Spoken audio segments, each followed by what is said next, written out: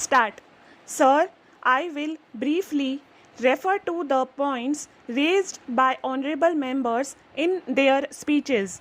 It is true that the Road Transport Corporations Act has not been utilized as much as one would have wished, but from that to argue that the act has remained a dead letter, I think is not quite correct. Road transport corporations have been formed. The premier road transport corporation is the Bombay Road Transport Corporation, and it has been functioning in a very efficient way. There are other state road transport corporations, but they will all be amalgamated with Mumbai's main corporation, and perhaps the Chandigarh Road Transport Corporation also will be taken over by the Punjab government. Sir, it is true that the state governments have preferred departmental management for the running of these road transport services. All of them wanted to make a beginning, and some have made a beginning. The states of UP, Bihar, Madhya Pradesh, Rajasthan, and Kerala wanted to make a beginning, and they naturally wanted to proceed cautiously.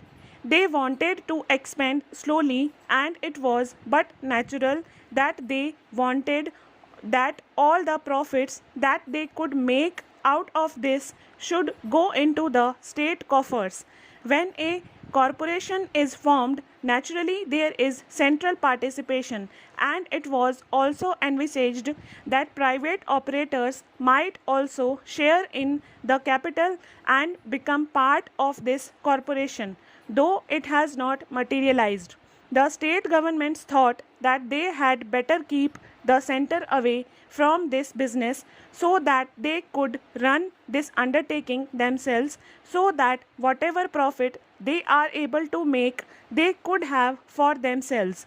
I, for one, shall not quarrel with such an intention. Perhaps if I had been in the state setup, I would have done the same thing. Now, a situation has arisen when the state governments find themselves almost at the tether's end. They want more and more capital to be sunk in these undertakings, and it is not easy for them to find this capital. So, this question was gone into by the Planning Commission in consultation with the Ministry of Transport and also in consultation with the Ministry of Railways. The railways are willing to participate in these road transport undertakings because this participation of the railways in the state undertakings obviates any difficulty with reference to the road rail competition. At present, there may not be any question of road rail competition. There may not be any question of competition. There may be some competition over particular routes and in particular areas, but as a whole, there is no competition.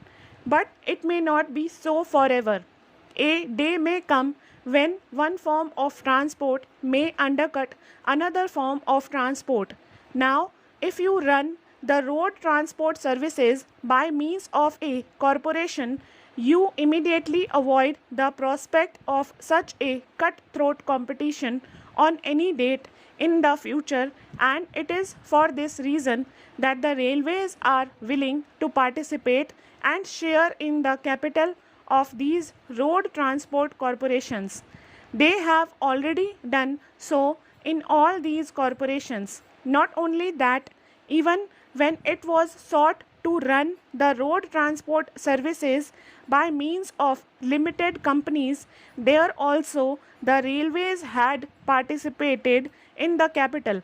In fact, when the question arose as to how the railways should help by augmenting the capital of the UP transport undertakings, the railways were willing even to participate, even though it was departmentally run undertaking, but legally it was not found possible.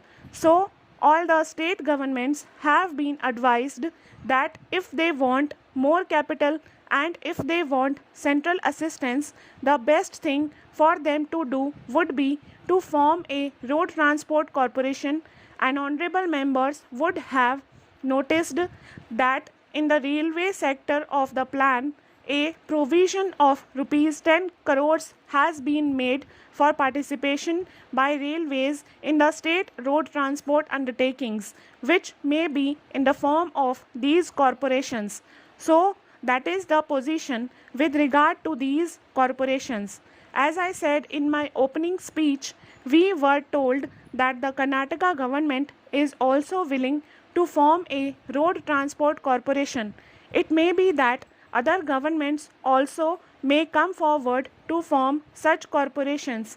Here, I should like to say that it is not so much the form in which these undertakings are run that is to be considered important as the way in which the services are run. Here are two honorable members, one from the state of UP and another from the state of Kerala, telling us that the respective road transport services which are managed departmentally in their two states are running fairly efficiently.